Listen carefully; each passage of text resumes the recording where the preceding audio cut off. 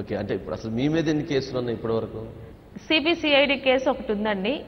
ఆ మధ్య కాలంలోని అమ్మఒడి ఎత్తేస్తున్నారని ఒక ఫేక్ న్యూస్ రిలీజ్ చేశారు.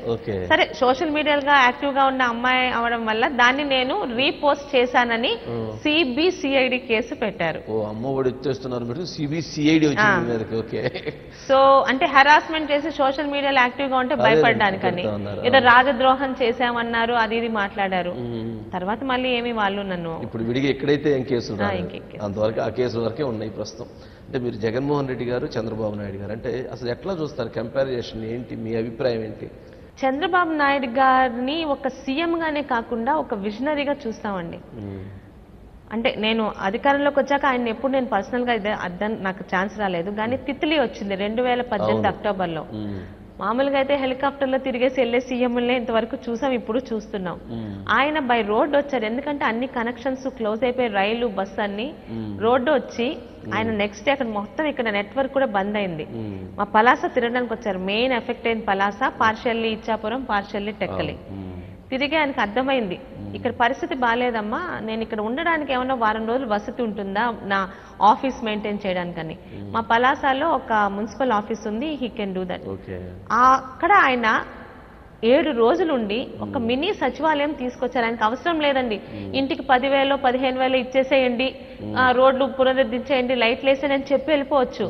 కానీ ఒక్క కాన్స్టిట్యున్సీ గురించి, ఒక అంటే ఏమంటది మన బార్డర్ లో ఉన్న కాన్స్టిట్యున్సీ గురించి కూర్చొని రోజు రాత్రి 2 గంటలకంటే తీసుకునే వాళ్ళండి కాన్ఫరెన్స్. ఎందుకంటే అన్ని ఆఫీసర్లు తిరిగి ఆ టైంలో ఉంటాం, మీరు నిద్రపోతున్నారా లేదా ఆయన ఏం మొహమాట పడలేరు. రాత్రి 2 o'clock ఆయన తీసుకొని ఎక్కడెక్కడ లైన్స్ ఇవయ్యాయి, ఎక్కడెక్కడ మంచినీళ్ళు ఇస్తున్నారు.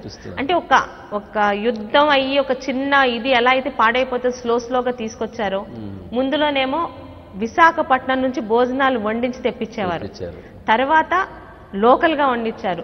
ఆ టైంకి ఒక సెట్ అయిన తర్వాత ప్రతి ఇంటికి వితౌట్ ఎనీ రేషన్ కార్డ్ అందరికి ఇప్పించారు. అంటే స్లోగా ఆయన అంటే ఒక మనిషికి ఉన్న కమిట్మెంట్. ఒక పలాస పోతే నాకేమైనా అనుకోలేదు ఆయన, ఈ షోడ్ హిస్ కమిట్మెంట్. ఆయన రాలేదు, కానీ ఇక్కడ ఉన్న ప్రజలు వచ్చిన ఆయన ఇచ్చి ప్రతి మేకకి, గొర్రెకి, ప్రతి ఇంటికి, కొబ్బరి చెట్టుకి, జీడి చెట్టుకి లెక్క కట్టి నష్టపరిహారం ఇస్తే, రాకుండానే నన్ను గెలిపిస్తే మీకు 3 రెట్లు ఇస్తానన్న ఒక మోసగాడు మాటలు నమ్మి ఈయన ఇచ్చింది తీసుకొని కూడా 3 రెట్లు ఇస్తానని మరి ఇచ్చాడా? ఇవ్వలేదు కదా. అది ఇప్పుడు అర్థమవుతుంది వాళ్ళకు కూడా. అనుకున్నామమ్మా ఇవ్వలేదు, ఇప్పుడు మళ్ళీ మేము మారాము అంటే అబద్ధాలకి ఎలా అట్రాక్ట్ అవుతారో. ఎలా ఇస్తాడండి? సంపాదించే వాడికి ఖర్చు పెట్టే ధైర్యం ఉంటది.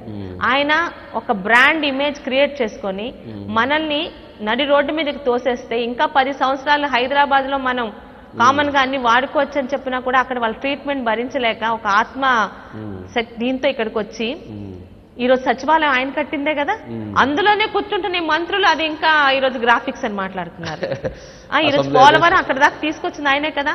₹1 ఆయన కరెంట్ ఛార్జీలు పెంచలేదు, పిచ్చి చెత్త పన్నులు వేయలేదు, మన మీద ఎటువంటి ప్రెషర్స్ లేవు, 24 గంటలు విద్యుత్ అందించారు. అది ఒక ఆయన సమర్థత. చంద్రబాబు నాయుడు గారు ఉన్నారంటే కంపెనీలు వస్తున్నాయి, ఏంటిది హ్యాపీనెస్ కంప్లీట్ అయింది. అలాంటివన్నీ పిచ్చి తుగ్లకు వచ్చాక వెళ్ళిపోయాయి. అంటే ఆయనకి ప్రజల గురించి 74 సంవత్సరాల వ్యక్తి. చాలా మంది ఏం మాట్లాడతారు, రాజకీయం అంటే డబ్బు సంపాదించుకొని సెటిల్ అవడానికి అన్నది అందరికీ కానీ ఆయన చూడని పదవులు లేదు, ఆయన పొందని గౌరవం లేదు, ఆయన చెయ్యని ఇది లేదు. కానీ ఈ రోజు కూడా నా రాష్ట్రం ముందంజలో ఉండాలన్న his commitment is a real people's leader. మరి Jaganmohan Reddy is not even a leader అండి, ఒక ఆపర్చునిటిస్ట్.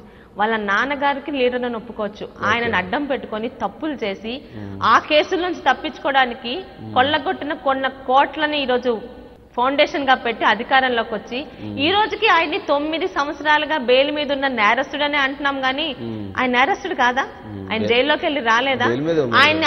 ఆయన్ని అన్యాయంగా పెట్టినా ఈ రోజు ఎవరు చంద్రబాబు నాయుడు గారి గురించి వేలెత్తి చూపించట్లే. ఆయన మీద పెట్టిన కేసులు తప్పని తెలుసు, బెయిల్ మీద కంటిన్యూ అవుతుంది జగన్మోహన్ రెడ్డి. అంటే ఆయన బెయిల్ మీద కంటిన్యూ అవుతున్నారు కాబట్టి చంద్రబాబు నాయుడు గారు బెయిల్ మీద ఉన్నారని చెప్పి చూపించాలని చెప్పి కేసు పెట్టారంటారా? అంతే. కానీ ఎవరు ప్రజలు ఈరోజు ఒక్కరు కూడా ఆ మాట అనలేకపోతున్నారు. ఎందుకంటే జరిగిన వాస్తవం అందరికీ తెలుసు. ఓకే.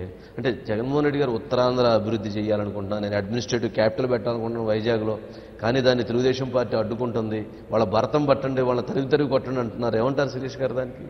నిజంగా ఒక ముఖ్యమంత్రి స్థానంలో వ్యక్తి ఒక క్యాపిటల్ పెట్టాలంటే ఎన్ని సంవత్సరాలు కావాలండి? 6 నెలల్లో సచివాలయం నిర్మించిన చంద్రబాబు నాయుడు గారికి 4.5 సంవత్సరాలుగా ఉత్తరాంధ్ర, కోస్తా, నెక్స్ట్ ఏంటది రాయలసీమ మధ్య గొడవలు పెట్టాడు తప్పితే అక్కడేమో హైకోర్టు అన్నాడు, ఇప్పుడేమో కేంద్ర ప్రభుత్వం చెప్తుంది ఈయన హైకోర్టుకి అసలు ప్రపోజల్స్ పంచలేదని. అమరావతితో పాటు ఆ 2 డెవలప్ చేస్తా అన్నారు, అమరావతిని నాశనం చేశారు. ఋషికొండలో ఆయన సొంతంగా ఉండడానికి ఒక రాజసౌధం కట్టించుకున్నాడు తప్పితే ఈ 5 సంవత్సరాల్లో ఉత్తరాంధ్ర మీద ఆయన ప్రేమ నిజమైతే విశాఖపట్నానికి చేసిందేంటి? ఎవడబ్బా సొమ్మని చెప్పి ఈరోజు విశాఖ ఉక్కు ఆంధ్రుల హక్కు, మేము పుట్టక ముందే జరిగింది, కానీ ఒక మోరల్ కనెక్టివిటీ ఉంది స్టీల్ ప్లాంట్ తో, మాది అని గర్వంగా చెప్పుకుంటాం. అలాంటి దాన్ని ఎవరిని అడిగి అమ్ముతున్నారు? ఇలాగే విశాఖపట్నంలో ఎన్ని ప్రభుత్వ భూముల్ని తాకట్టు పెట్టాడో పేపర్ల ద్వారా, మీడియాల ద్వారా మేము చూసి తెచ్చుకుంది, అవన్నీ అబద్ధాలు కాదు కదా. అంటే అప్పులు పెట్టినా కానీ తెచ్చినా కానీ అప్పులు తెచ్చి పంచుతున్నారు అంటున్నారు కదా. ఎవరికి పంచుతున్నారు? మరి ఆ అప్పులు మళ్ళీ రేపు ప్రజల దగ్గర తీసుకుంటున్నారు కదా. చెత్త పన్ను గతంలో లేదు, 8 సార్లు పెంచాడు విద్యుత్ ఛార్జీలు, అది చంద్రబాబు నాయుడు గారు పెంచలేదు. ఆ రోజు ఆయన కళ్ళకు కనిపించినట్టు అభివృద్ధి చూపించారు, అప్పులు కూడా ఇంత లేవు. ఈ రోజు నువ్వు చూపించిన అభివృద్ధి లేదు, రోడ్ల మీద వెళ్తుంటే జనాలే నవ్వుతున్నారు. బయటకు వెళ్తే మాది ఆంధ్ర అని చెప్పుకోవడానికి మేము సిగ్గుపడుతున్నాం. తెలుగు కాబట్టి హైదరాబాద్ అనుకొని మేము ఆంధ్ర అంటే నవ్వుతున్నారు మా సీఎంని చూసి. ఆ స్టేజ్ లో ఉన్న ఈరోజు కర్ణాటక వెళ్ళినా, చెన్నై వెళ్ళినా మీరు జగన్మోహన్ రెడ్డిని ఎన్నుకున్నారని అక్కడ ఉన్న వాళ్ళు ఇలా చేతి చూస్తుంటే సిగ్గుపడుతున్నారు. ఆ స్టేజ్ కి దిగజారు. చంద్రబాబు నాయుడు గారు పోగొట్టుకుని జగన్మోహన్ రెడ్డి గారు తెచ్చుకోవడం అనేది అంత అవమానంగా ఫీల్ అవుతున్నారా? బొంబాయి వెళ్ళాం సార్, కల్కట్టా వెళ్ళానండి లాస్ట్ పండగ అప్పుడు పిల్లల్ని తీసుకొని మేము తిరిగింది నోవాటెల్లో. అక్కడ షెఫ్ తెలుగు ఆయన, హైదరాబాద్ ఆయన, బట్ ఆయన అత్తగారి ఇల్లు విశాఖపట్నం. తెలుగు వాళ్ళమని అర్థం చేసుకుని ఆయన వచ్చి మాట్లాడుతూ అసలు ఎలా పోగొట్టుకున్నారండి చంద్రబాబు నాయుడు గారిని, ఆయన ఈ రోజు మా తెలంగాణకు చేసిన డెవలప్మెంట్ ని కనీసం మా దగ్గర ఉన్న వాళ్ళు దాన్ని అలా మెయింటైన్ చేశారు. ఒక 10% ఏమన్నా డెవలప్ చేశారు. అసలు ఒక్కవేళ ఆయన కలిసి ఉంటే మీలో ప్రతి ఒక్క సిటీ ఒక హైదరాబాద్ అయి ఉండేది కదా. మీకు ఎన్ని సిటీస్ ఉన్నాయి? మా తెలంగాణకి ఈ రోజు ఒక్కటే సిటీ హైదరాబాద్. అదే చంద్రబాబు నాయుడు గారు వచ్చింటే ఒక విశాఖపట్నం, ఒక తిరుపతి, ఒక రాజమండ్రి, ఒక విజయవాడ, ఒక గుంటూరు, నెల్లూరు, ఎంత డెవలప్మెంట్ జరిగి ఉండేది అంటే బాధ అనిపించింది. వేరే రాష్ట్రాల వాళ్ళు, వేరే రాష్ట్రాల సెటిల్ అయిన తెలుగు వాళ్ళు ఆయన తాలూకా అభివృద్ధిని గుర్తుకొట్టుకుంటే మనం ఎందుకు వదులుకున్నాం? ఎవడో వచ్చి ఏదో ఇస్తాడన్నా, 3,000 రూపాయలు పెన్షన్ ఇస్తాడన్నా మనం వదులుకున్నామని అనిపించిందండి.